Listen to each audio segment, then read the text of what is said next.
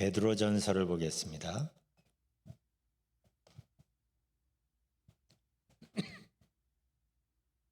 베드로전서 5장 7절부터 10절, 우리가 전에도 본 적이 있고 꽤 유명한 말씀이지만 다시 보려고 합니다.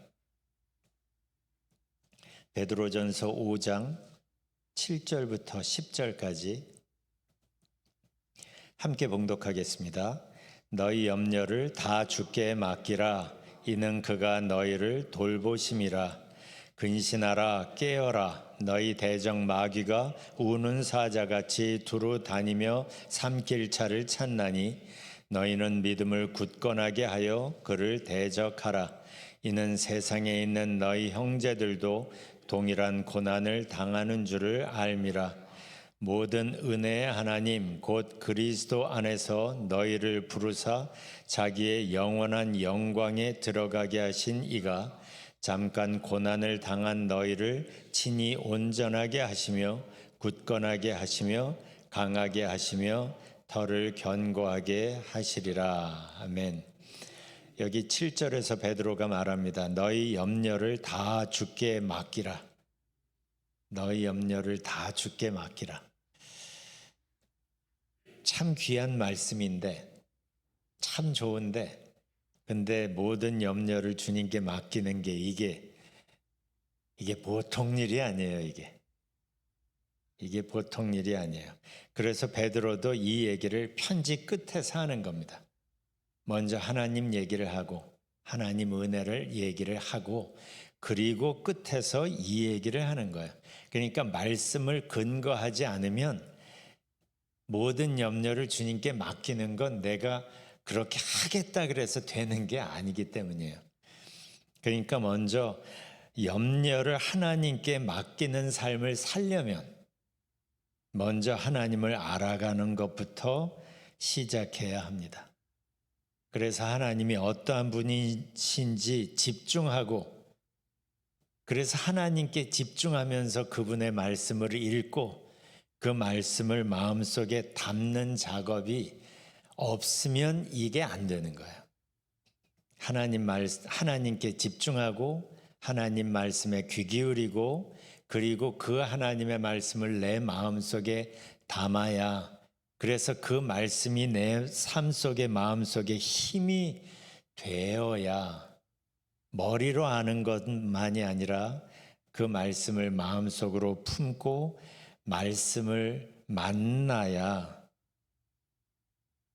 그렇게 해서 하나님을 제대로 알아가야 그만큼 그분을 신뢰할 수 있게 되는 거예요. 왜냐하면 그분의 능력과 그분의 사랑에 비로소 눈이 열리게 되는 거죠. 하나님의 사랑에, 하나님의 능력에 눈이 열리는 것은 말씀을 듣고 깨달아서 머리로 알아서 눈이 열리는 게 아니에요. 그냥 아는 상태인 거죠. 그때는 제가 전에도 말씀드렸죠. 그냥 아는 상태면 어떤 큰 문제에 탁 부딪히면 머리가 하얘집니다. 머리로 그냥 아는 하나님은 문제 앞에서 그 하나님이 무력한 건 아니지만 내 삶 속에 힘이 되지는 않아요.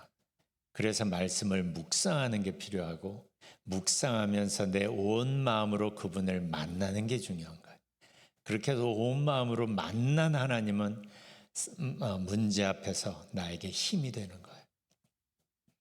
그래서 그 하나님의 능력과 사랑에 눈이 열리게 되면 하나님이 정말 능력이라는 걸 알게 되고 그 하나님의 사랑을 제대로 알게 되는데, 그러면 그분이 그 능력과 사랑으로 우리를 돌보고 계신다는 것에 새롭게 눈이 열리게 되는 거예요.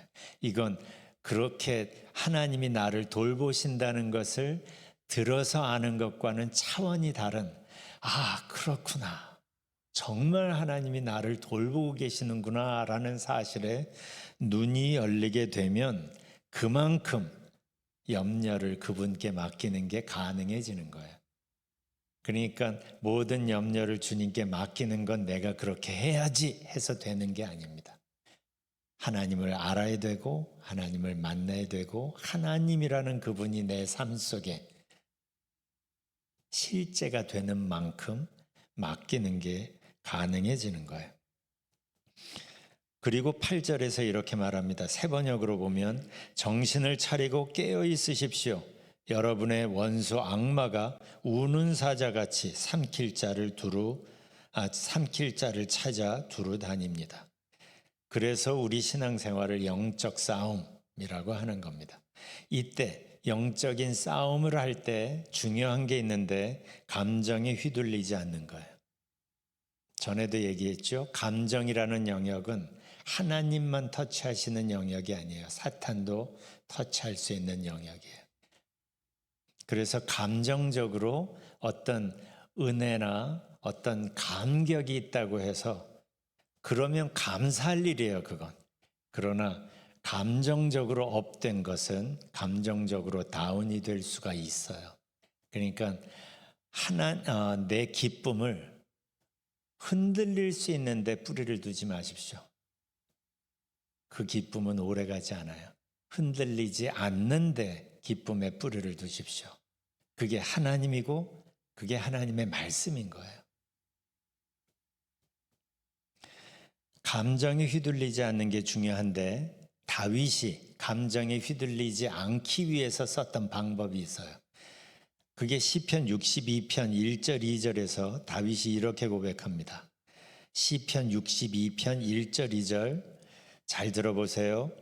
나의 영혼이 잠잠히 하나님만 바라며 나의 구원이 그에게서 나는도다.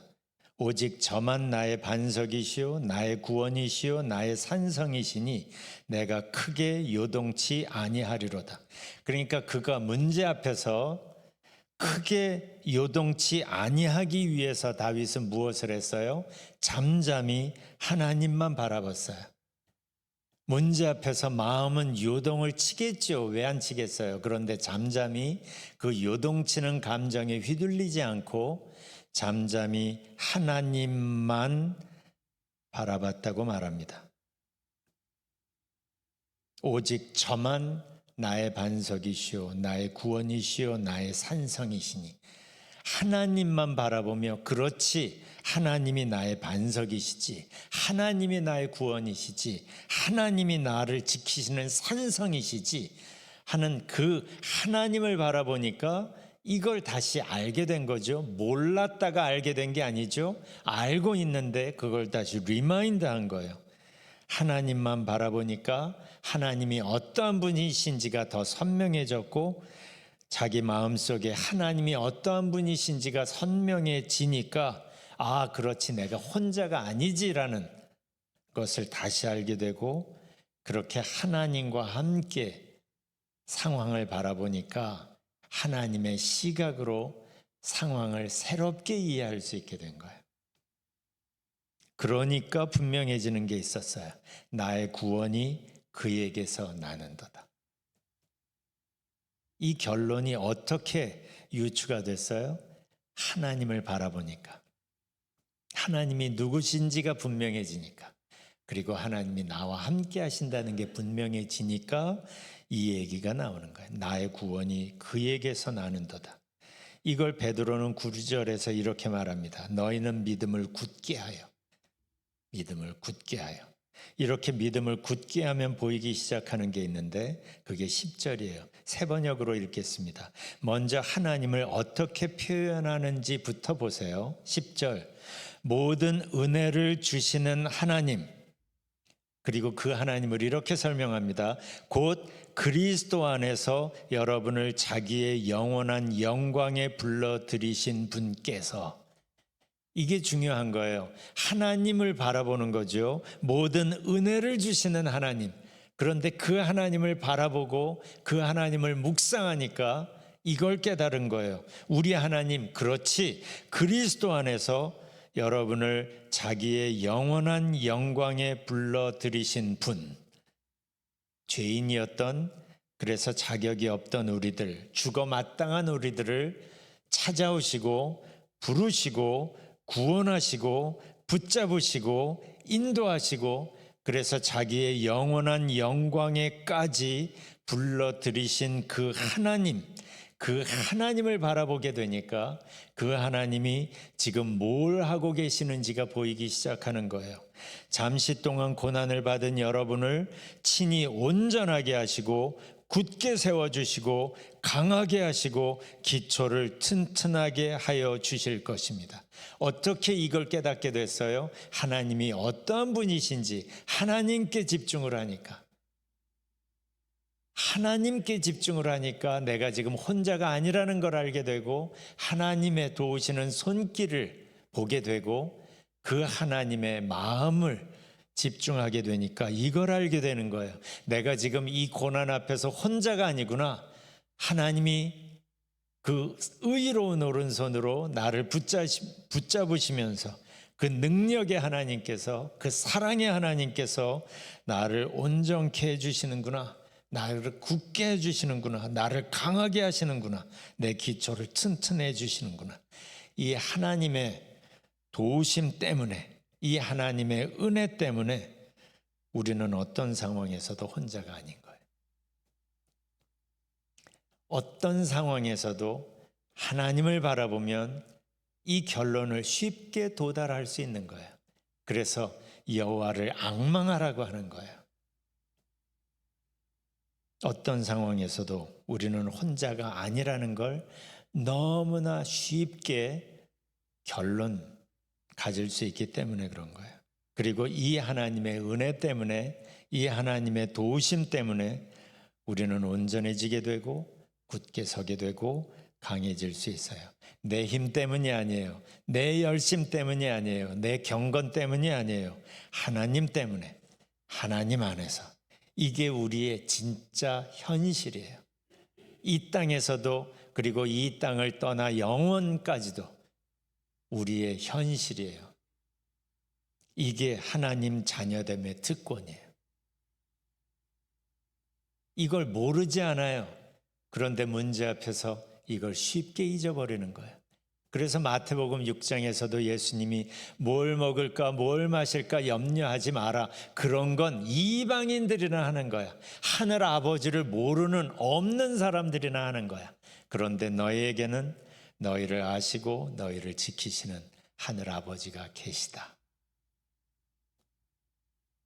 이걸 모르는 사람들에게 말씀하시는 게 아니라 아는데 머리로만 알아서 문제 앞에서 자꾸 잊어버리는 사람들.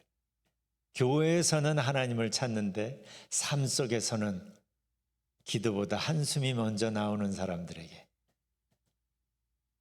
이 말씀을 하시는 거예요. 그리고 묻는 거죠. 너의 믿음이 어디 있느냐? 믿음을 사용하라는 거죠. 겨자씨 안 할 만한 믿음이라도 사용하라는 거예요. 왜요? 우리는 하나님의 자녀이기 때문이에요. 이게 하나님의 자녀됨의 특권이고 이게 우리의 진짜 현실이에요. 그래서 우리가 하나님 안에서 살아가는 이 독특하고 특별하고 아름다운 하나님 안에서 사는 이 삶에 우리가 연습을 하고 익숙해지는 만큼 우리도 다윗처럼 삶 속에서 골리앗 같은 문제를 만날지라도 당당해질 수 있는 거예요.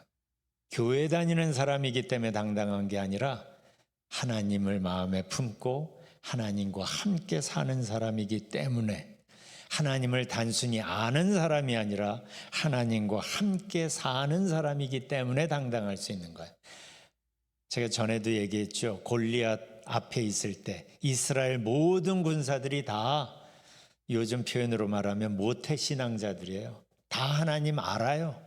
그런데 머리로만 아는 사람들은 골리앗 앞에서 벌벌 떨었다고 했어요. 하나님을 만난 사람, 하나님의 도우심을 경험한 사람은 골리앗 앞에서 당당해질 수 있어요. 여러분을 한번 스스로를 생각해 보세요. 나는 하나님을 그냥 아는 사람인가? 아니면 하나님과 함께 사는 사람인가? 그건 아주 쉽게 구별이 돼요. 교회에서만 하나님이 하나님인가? 삶 속에서도 하나님이 내 하나님 맞나? 문제 앞에서 걱정부터 되나? 하나님부터 바라보나? 여러분 스스로의 삶의 모습을 보면 알게 됩니다. 머리로만 혹시 하나님을 알았다면 이 사순절에 말씀을 품으십시오. 하나님의 약속을 품으십시오. 그래서 온 마음으로 하나님을 만나십시오. 그래서 오늘 기도하면서 먼저 하나님이 어떠한 분이신지 하나님께 먼저 초점을 맞추고 묵상해 보시기를 바라요. 베드로는 그 하나님을 이렇게 표현합니다. 모든 은혜를 주시는 하나님, 곧 그리스도 안에서 여러분을 자기의 영원한 영광에 불러들이시는 분, 그분께서 지금도 우리 안에서 일하고 계십니다. 여러분을 친히 온전하게 하시고 굳게 세워주시고 강하게 하시고 기초를 튼튼하게 해주신다고 말하는 거예요. 기도는 바로 이 하나님과 개인적으로 만나는 시간이에요. 그러니 이 기도가 얼마나 특별한 시간이에요. 기도는 숙제가 아니에요. 하나님이 어떠한 분이신지에 눈이 열리면 기도만큼 큰 특권이 없고 기도만큼 큰 축복이 없죠. 기도를 통하여 그분과 깊은 친밀한 시간을 갖고 나서 그분과 함께 일어나서 오늘을 그분과 함께 동행해 보시기를 바랍니다. 아까 불렀던 찬송